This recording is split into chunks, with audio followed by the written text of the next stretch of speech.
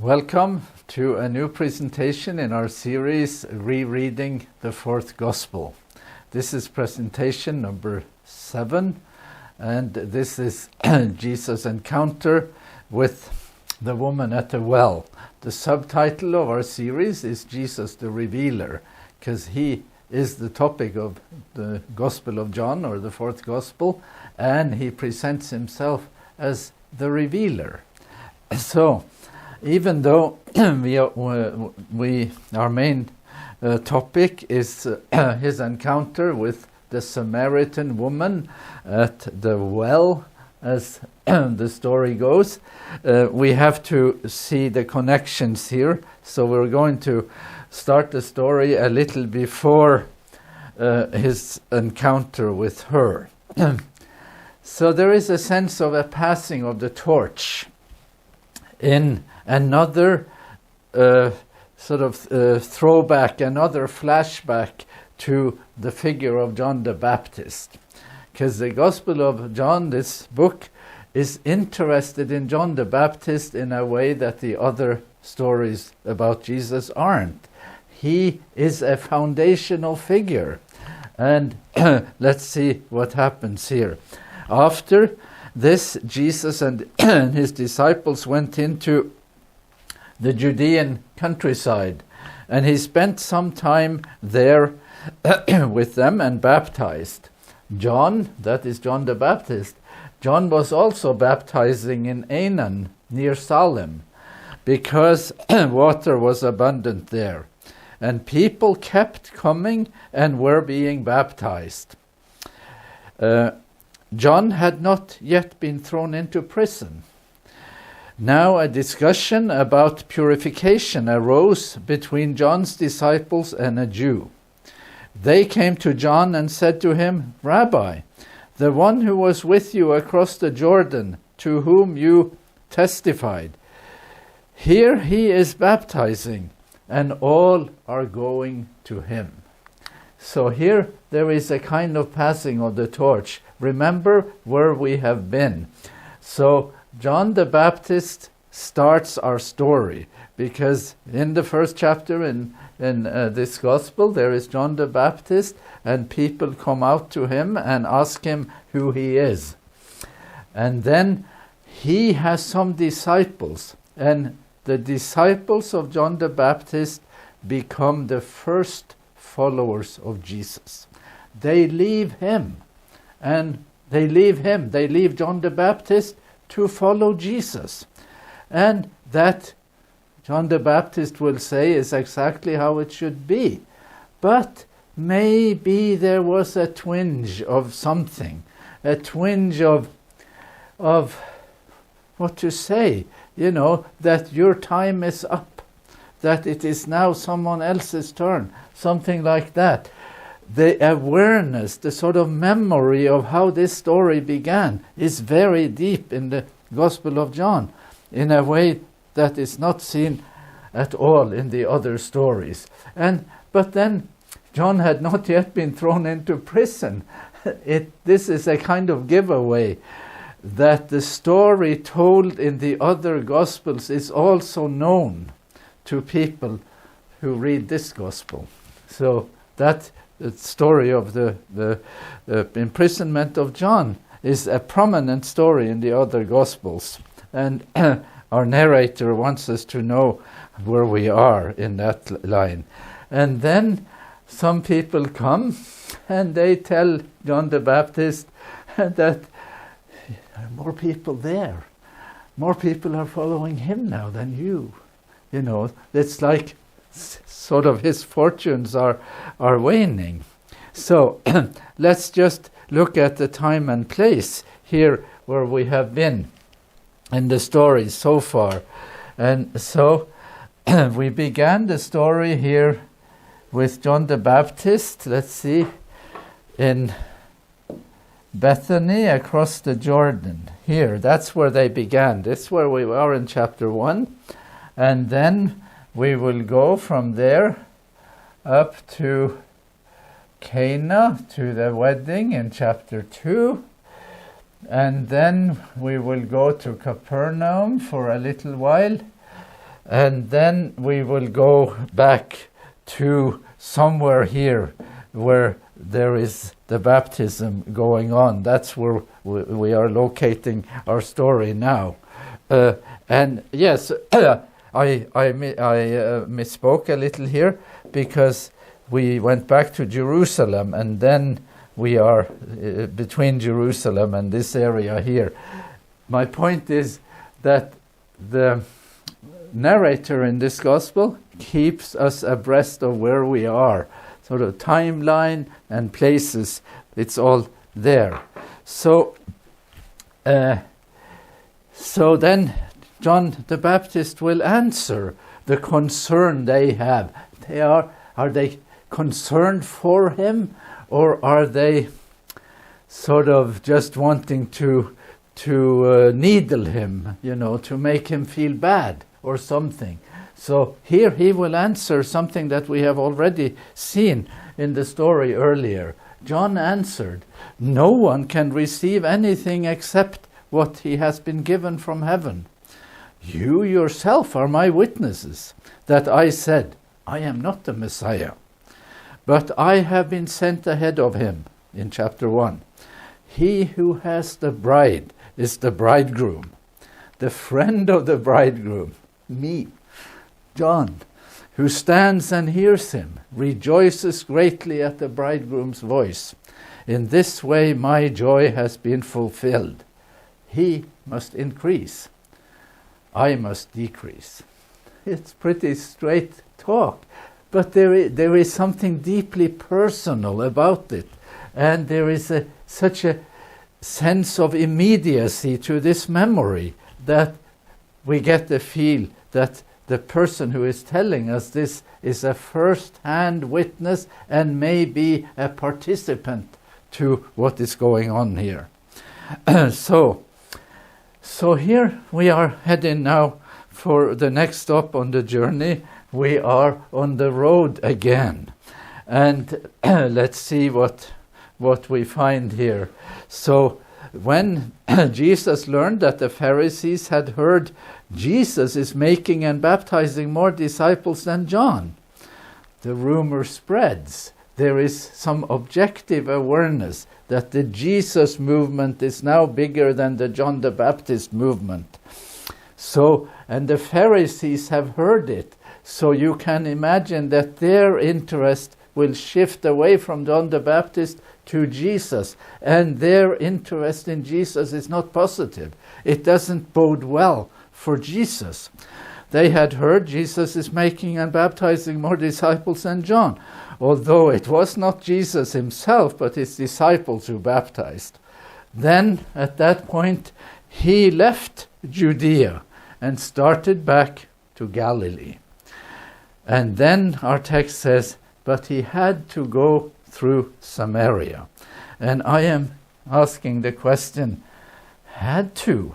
Did he really have to? And look at these lines on the map, because so these are here we are going from Jerusalem here, and we are going to Galilee here, and the text says that he had to go through Samaria.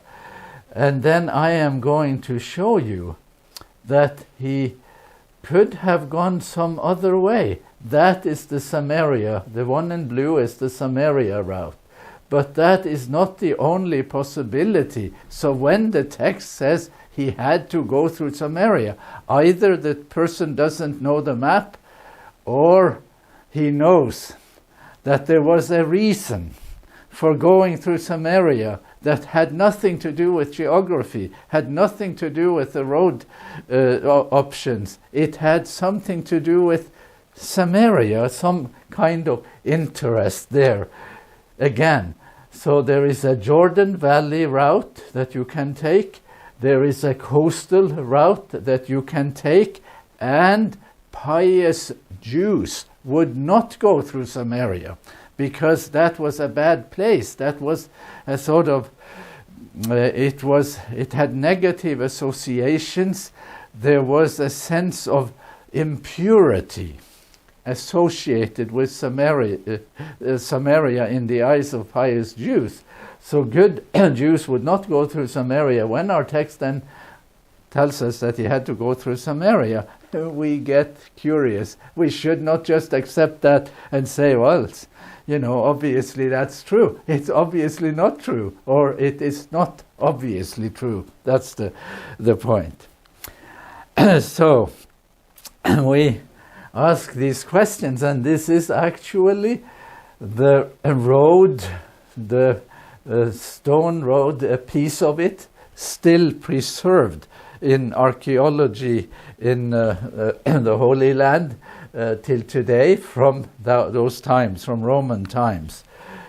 So our question, did Jesus have to go through Samaria for physical reason? That is to say, there was only one road. The answer to that is no. He could have taken some other route. So if not, why did he have to go there?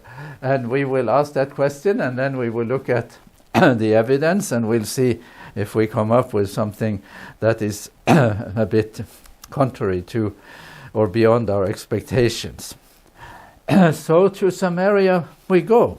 So he came to a Samaritan city called Sychar, near the plot of ground that Jacob had given to his son Joseph. So the city today in this area is a Palestinian city. It's the city of Nablus. And that is a large city on the so-called West Bank in Israel, Palestine.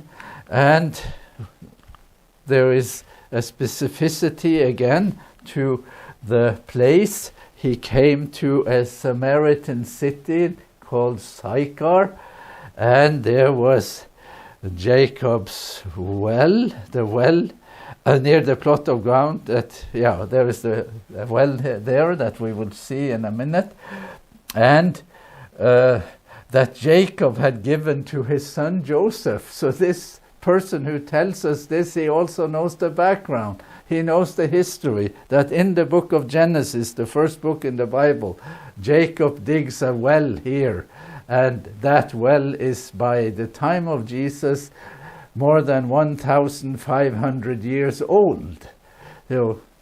Historically, it's deep memories. So here, and now we read that there was a well, and this is the well even today. Jacob's well was there, and Jesus, tired out by his journey, was sitting by the well. It was about noon.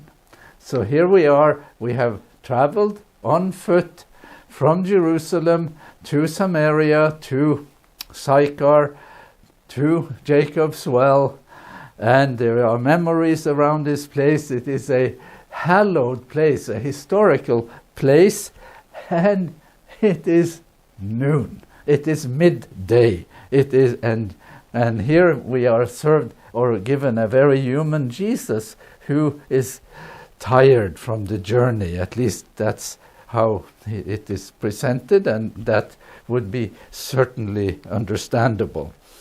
So here then we read on. So a Samaritan woman came to draw water. This is what happens when we're coming at the well, and Jesus is sitting at the well, and a Samaritan woman is coming to draw water. So I say that there is an ambush here. There is a surprise. Something unexpected happens. Why is it unexpected? Remember the time of day. You don't go to the well to get water at the noon hour. You go in the morning, in the cool of the morning. You go in the cool of the evening. You don't go at the hottest time of the day.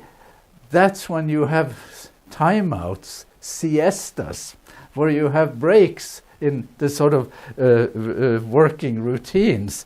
So the fact that she comes at noon is an oddity in the story. It is strange. It is a surprising element. And then, why does she come at noon? Why does she come at that hour? Well, she comes at that hour because She has the well to herself. Don't need to see anybody. Just got to go there, sort of discreetly go there when no one else is there. Get your water. Everything is fine. Nothing is disturbed. She comes at noon. It's the wrong hour for such routines. And she doesn't expect to meet someone there. And there is an ambush now of company. There is somebody there. It is surprising. So again, remember, it is about noon. And here we have the surprise of company. So let's just imagine this. Let's just sort of try to reconstruct it. Let us reconstruct it in a Middle Eastern cultural context that isn't so different today from what it was then, when there are when there are boundaries, when there are conventions that makes it quite risque, quite unpleasant. Aside from what we will hear about the Samaritan woman in a moment, aside from that, to have a one-on-one meeting with a man and a woman at the noonday hour is not unproblematic. So we should imagine that this woman is now moving, doing her thing with some apprehension, with some sense of discomfort. And let's see if Jesus can put her at ease. So here, just to take a little bit of a time out, this story is told very briefly, just almost like bullet points. It doesn't take long to read it. We do it in half a minute. We can do it in a minute. That's the time it takes to read it. I'll call that narrative time. But the time it took for these things to happen, the actual time, is much longer than narrative time. She comes, she walks, it takes a while to do that. She positions herself, it takes a while to do that. She sort of eyes him, sees him, takes a while to do that. He, I think, tries to make it easy for her. Doesn't want to make it uncomfortable. So in my imagination, she comes to the well and she puts her bucket down, or the bucket that is there at the well, she puts it down and she gets her water. It's a very deep well. It's about 30 meters deep, about 120 feet. So you are going to get water from 30 meters down and back up. It takes a while to do it. We are still trying to distinguish between narrative time and actual time. So what happens during this time is that you kind of lower your shoulders. You are put somewhat at ease. And I imagine that the time when Jesus says to her, "Give me to drink," is after all these things have happened. Maybe 10 minutes, 15 minutes, maybe it took 20 minutes. There is a sort of ice-breaking time here in actual time that is easily missed in narrative time if we just think that this happened in the course of 30 seconds. It didn't. So imagine that could be a sort of confidence-building measure. And when Jesus says to her, "Give me to drink," he puts himself in a state of need, in a position of need. She has something that helps him. So she is in some ways above him and can in some ways meet his need. That is not a bad way to start. And I have worked as a doctor for many years. And let me just say, you can't do anything if you don't first win the trust of your patient. You can't do anything in a conversation unless you first establish trust. So let's just think that we have a genius at work here who knows a little bit about how to establish trust, how to make the other person relax. But she notices right away. She is not a fool. She knows the convention. She knows culture. The Samaritan woman said to him, "How is it that you, a Jew, ask a drink of me, a woman of Samaria?" You know, doesn't she know that Jews look down on Samaritans? It so happens that in cultural conventions, that could work the other way too. It's possible Samaritans also look down on Jews. You never know, because the sense of cultural superiority is in some ways a two-way street. But here, let's look at some of the conventions that are broken here. She knows that this is contrary to conventions. She sees that there is an ethnic boundary, a sort of tribal boundary that is violated, that is transcended here. The ethnic is Samaritan versus Jewish. And guess what? Our world is full of ethnic boundaries. It's not easy to get through to those, to sort of crack through those boundaries. So this is an ambush on the boundary of ethnic conventions. And then there is a religious boundary, because the Samaritans and the Jews are also defined religiously. They have different religious identities. The Jews see themselves as Orthodox. They have the pure faith. And the Samaritans, they have an amalgamated faith. They have a mixed faith, because the Samaritans, they had mixed marriages, and they had a religious view that was similar to Jewish belief, but different enough that it was looked down upon. And then there is a gender boundary, because she is a Samaritan woman, and she says, "How is it that you, a Jew, ask a drink of me, a woman of Samaria? How is it that you, a Jewish man, ask of me, a woman of Samaria?" So we have also a man talking to a woman alone, unsupervised, unchaperoned, is also a problem in the story, and would still be a problem in that part of the world if it happened today. So these are major sort of breakthroughs. You have to really think ahead to this. And then there is also the possibility that there is a moral boundary. Let's say that Jesus in our story is a pious man, an upright man. And let's say that she, at least as most people think her story, that she has a sort of morally not the best CV, not the best resume that you might have. So here we have an ethnic boundary, religious boundary, gender boundary, and probably also a moral boundary, and Jesus just seems to move straight through it and do his thing. So the woman said to him, she has asked him this, "How is it that you do that?" So let's see. Then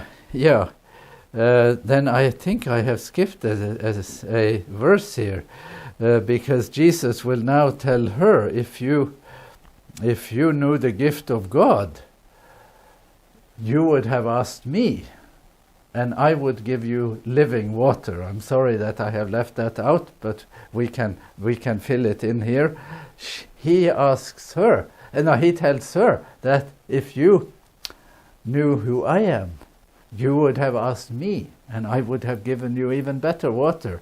So let's back off here a moment and say, and sort of do a theoretical reconstruction. At the point when he asks her for water, I think she gives him water, and he drinks her water, and he says, "Thank you very much." And then he says, if you had known who I am, you would have asked of me, and I would, I have something that I can offer you. So, so the woman said to him, Sir, you have no bucket, and the well is deep, 30 meters deep. Where do you get that living water? And now you see a conversation operating on two levels. His level, living water, spiritual realities. Her thing, physical water, sort of ordinary material realities. And then she wonders, are you greater than our ancestor Jacob, who gave us the well, and with his sons and his flocks drank from it? Who are you? Living water, better water, some other kind of water, So comparing him to Jacob is not a bad thing for Jesus. That is quite an accomplishment, to be seen as someone who is as, maybe even as great or even greater than Jacob. So now the question has become, really, who are you?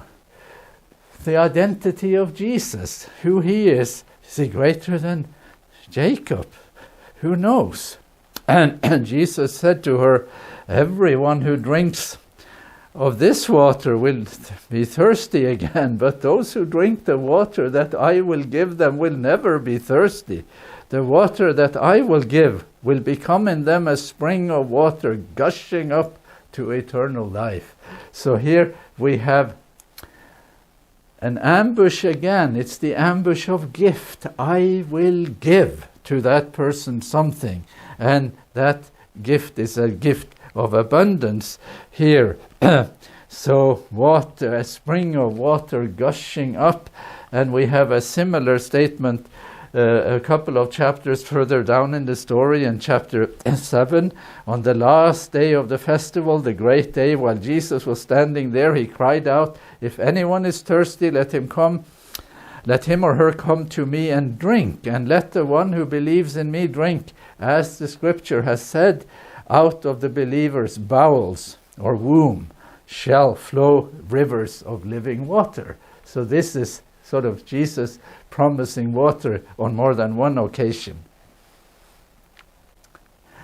And then, so I call this the ambush of abundance, the notion of living water, gushing water. And that's, it's not just gift, it is really big gifts, abundance, as it were.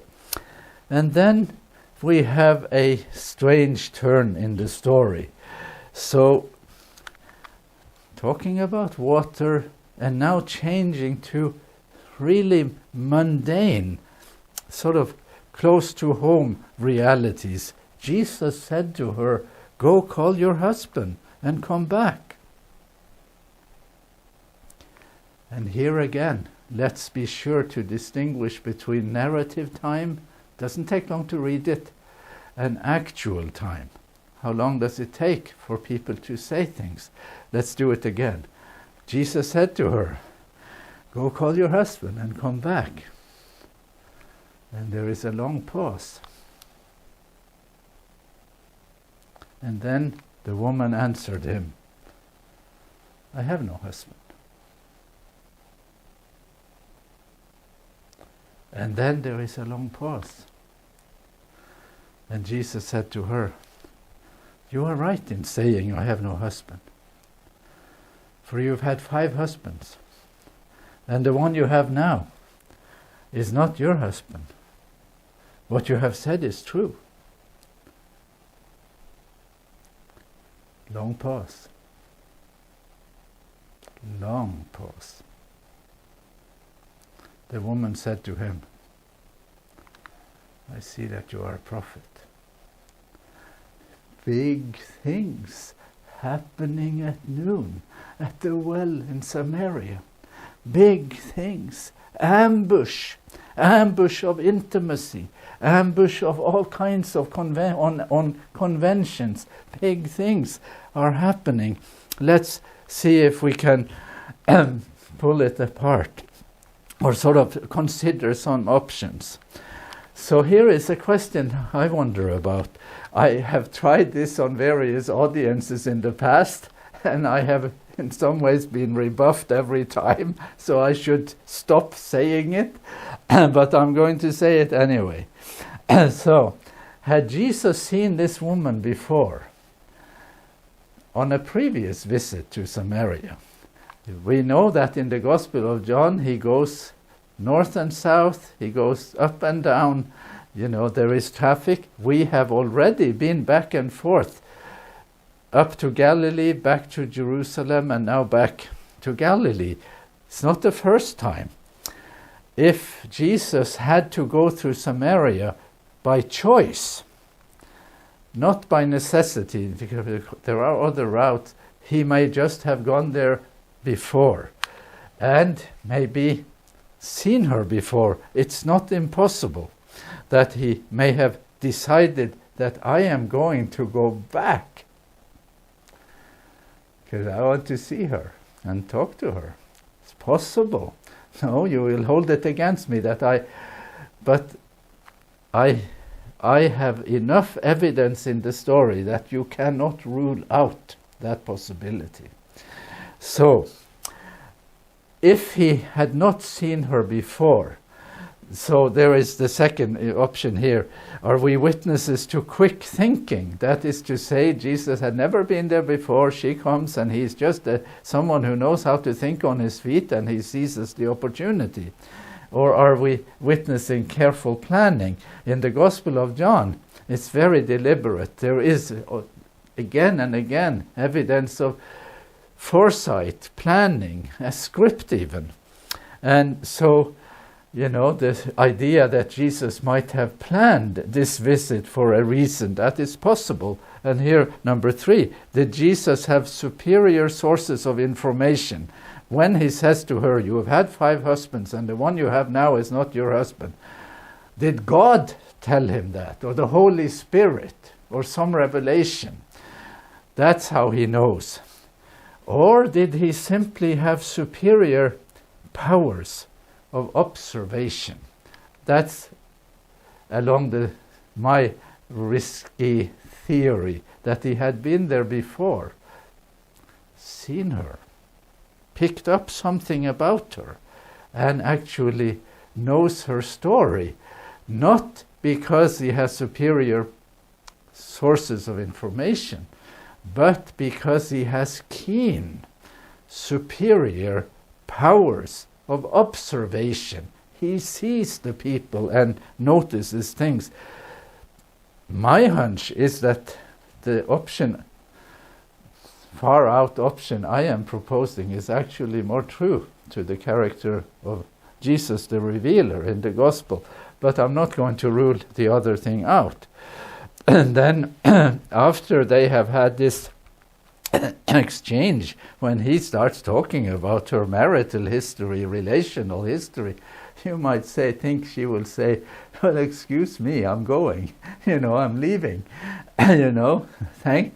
thanks, but no thanks, that now he has intruded in her private sphere in a way that is unpleasant and unbecoming.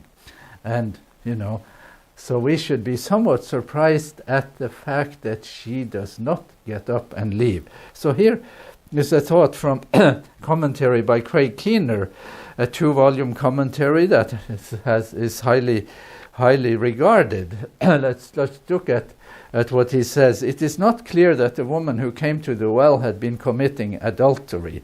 So Keener is trying to remove the stigma, because the usual idea is 5 husbands. That is not a good track record for relationships. He tries to soften that possibility. It's not clear that the woman who came to the well had been committing adultery, but 5 husbands had found some grounds to divorce her. So the possibility is also that she's a widow. Of course, she could have had 5 husbands and one after the other died. It's possible. And she was now living with a man to whom she was not married. And very pious Samaritans, like many very pious Jews, probably would have disapproved of the temporary arrangement in any case. And then he says, and I totally agree with this, in Sychar, this story must have been widely known. The townspeople seem to know her past. Yet even without knowing the details as Jesus did, one could probably assume that she came alone because she was unwelcome among the other women of Sychar. That's a pretty good reconstruction of her type, her person, her situation, her social history. And you could make it even more severe, because if she has had somewhat illicit relationships with several men and is ostracized for that reason, then that the sort of moral stigma for her would be quite severe, and she would be the talk of the town. And an observant visitor who comes by would easily pick up that she was the talk of the town. It is possible to know that she had had 5 husbands on the basis of superior powers of observation, and not only on the basis of superior sources of information. That's what I'm getting at. This possibility that he had to go through Samaria. Yes, maybe God told him to do it. Maybe it was a surprise that he met her. Maybe he is just quick thinking on his feet. Maybe as they were talking there, God told him, she has had 5 husbands, bring it up, go for it. Maybe that is how it was. That is how many people will read it. Maybe that isn't how it was. Maybe he had noticed her before. He had heard that she was the talk of the town. He wondered about her. How do you access Samaria? Well, I can go there at noon. I'll meet her. I'm talking to her. I know that she's had 5 husbands. Everyone talked about it last time. I'm not going to die on this claim. I'm not going to die for it, but I'm going to bring it up. We'll see where this ends up. So another long pause after he has said this about her 5 husbands, after she has said, I see you are a prophet. And then they sit there for a while. Some people think that she is trying to change the subject. I don't think so. I think she knows, they both know, that there is no need to say anything more about that subject. What needs to be said can be said by body language. Sometimes it can be said by silence. Silence itself, acquiescence, acceptance. That she can know that he knows and not feel threatened by his knowledge of her. Just fine. So when she resumes the conversation, she is not trying to change the subject. She is just comfortable to ask him about something. Our ancestors worshipped on this mountain. But you say that the place where people must worship is in Jerusalem, you Jews. Jesus said to her, woman, believe me, the hour is coming when you would worship the Father neither on this mountain, not in that holy place, not in that holy place, neither on this mountain nor in Jerusalem. Even Jerusalem isn't good enough. You worship what you do not know. We worship what we know. For salvation is from the Jews. It is a sort of lineage there. There is a trajectory of revelation there. But it is not place-bound. That's the point. But the hour is coming and is now here when the true worshippers will worship the Father in spirit and truth. For the Father seeks such as these to worship him. God is spirit. Not here, not there, not... It's everywhere. And those who worship him must worship in spirit and truth. The woman said to him, I know that Messiah is coming, who is called Christ. When he comes, he will disclose all things to us. Another silence. Jesus said to her, I am he, the one who is speaking to you. Now that is ambush. That is surprise. The Messiah who will one day come, but who never comes, has come. That is the surprise. On an ordinary day, a sweaty, sunny day at noon, I am he who is the one who is speaking to you. So she has asked him, and it's all now about his identity here. So she has asked him, are you greater than Jacob? Well, the answer is yes. Are you a prophet? I see you are a prophet. Yes, he is a prophet too. When the Messiah comes. And then Messiah came. That's some elements here. Just then the disciples came. So the story manages to give us another surprise, another sort of by the way surprise related to the disciples. Just then the disciples came. They were astonished that he was speaking with a woman. But no one said, what do you want? Why are you speaking with her? The subject is simply too touchy for that. Simply too touchy, and it's like they have some ideas.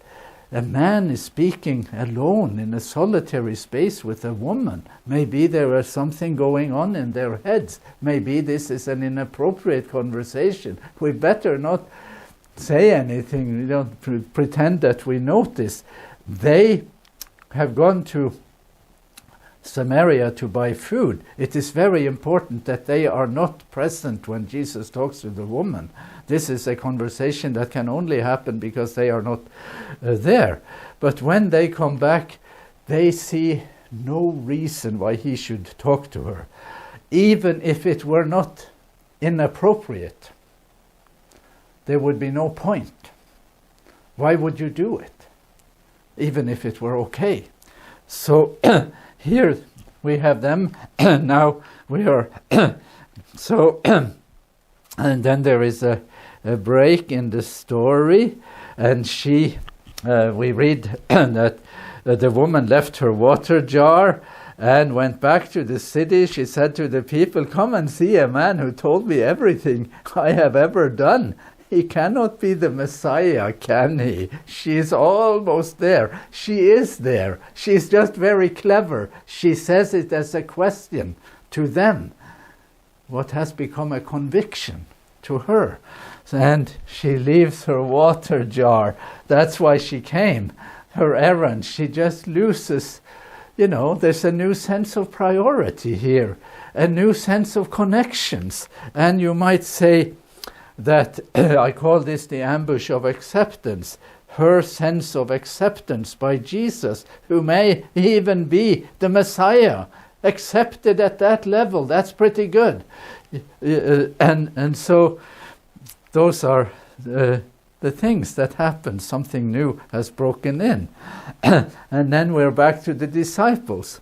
Meanwhile, the disciples were urging him, Rabbi, eat. But he said to them, I have food to eat that you do not know about. And not knowing about something is already a theme in the Gospel of John. The person, the master of ceremonies at the wedding in Cana, he did not know where the wine came from. And Nicodemus did not know this and that about the new birth, or the birth from above. And the disciples, even the followers of Jesus, they also don't know. So the disciples said to one another, see how they also operate on a material level, like she was discussing water, various kinds of water. Now they discuss food. So the disciples said to one another, surely no one has brought him something to eat. So Jesus said to them, "My food is to do the will of him who sent me, and to complete his work. Do you not say 4 months more, then comes harvest?" So we know now which season of the year this is. We are 4 months before harvest.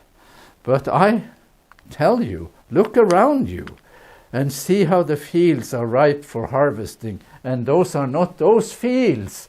They are the fields of humanity, the fields of people, the fields even of Samaritans that we look down upon, the Samaritans that we have written off, the sort of,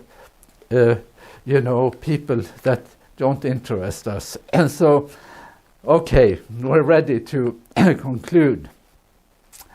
There is an ambush happening at the well. Ambush of time, place, person, promise, possibility. And the ambush of present time.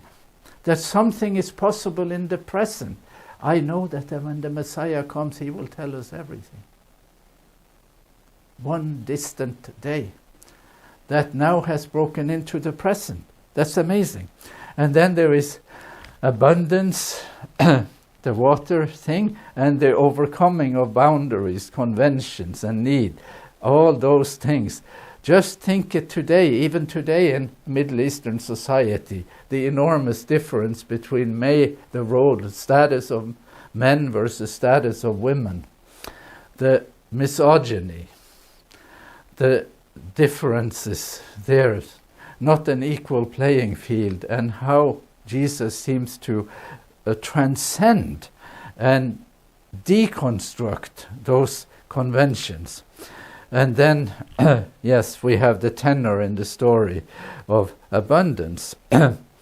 And so, going back to our original question, that Jesus had to go through Samaria, that he was plotting an ambush. He had to go through Samaria, even though he had other options. And the having to go through Samaria is not because there is a road that runs through Samaria, but because there is a woman at the well. That's why. That's a much better explanation. And he goes there to meet her. He didn't have to go, except for some inner thing in himself. And here is from an article by Stephen Moore that I think gets close to it. For many who have written on the scene at the Samaritan well, the woman's oblivion to her own need, assumed to be so much greater than that of Jesus, is the pivot on which the irony of their dialogue turns.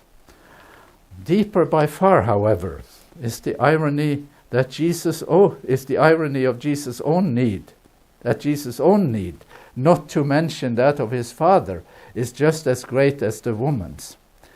The well is deep, as the woman says.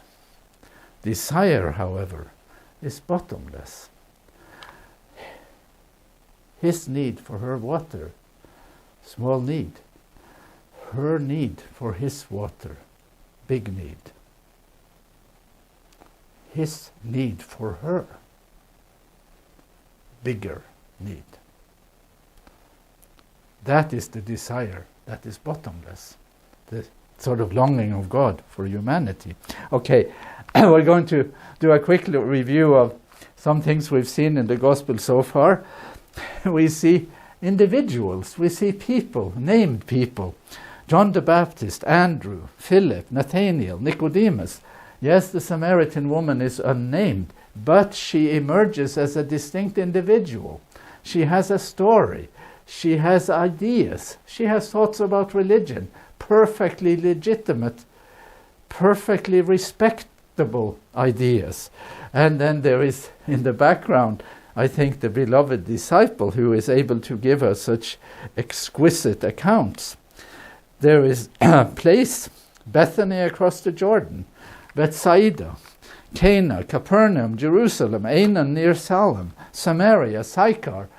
Very specific things in a distant place, but a place nonetheless, a real place, real sort of referentiality. And there is time, specificity of time, the next day, the third day, the Passover, the 10th hour, 4 o'clock in the afternoon, the 6th hour at Samaria, at the well in Samaria, noon.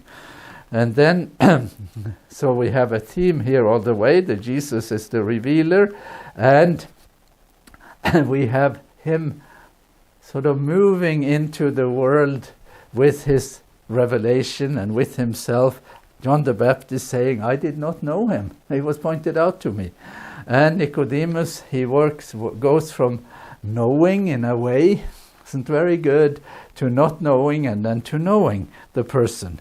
And the Samaritan woman, she is also moving from a sort of knowing that was shallow to an acknowledgement of not knowing, to real knowing. He shouldn't be the Messiah, could he be? And you know that she is thinking that. And the disciples, they are also somehow in the knowing state, but they are close-minded. They're indifferent to opportunity. They are actually disrespectful of other people, other groups, other nationalities, and of women. And then they are also sort of made aware of something. And the person who brings all these new things to bear on all of these people is Jesus, the revealer.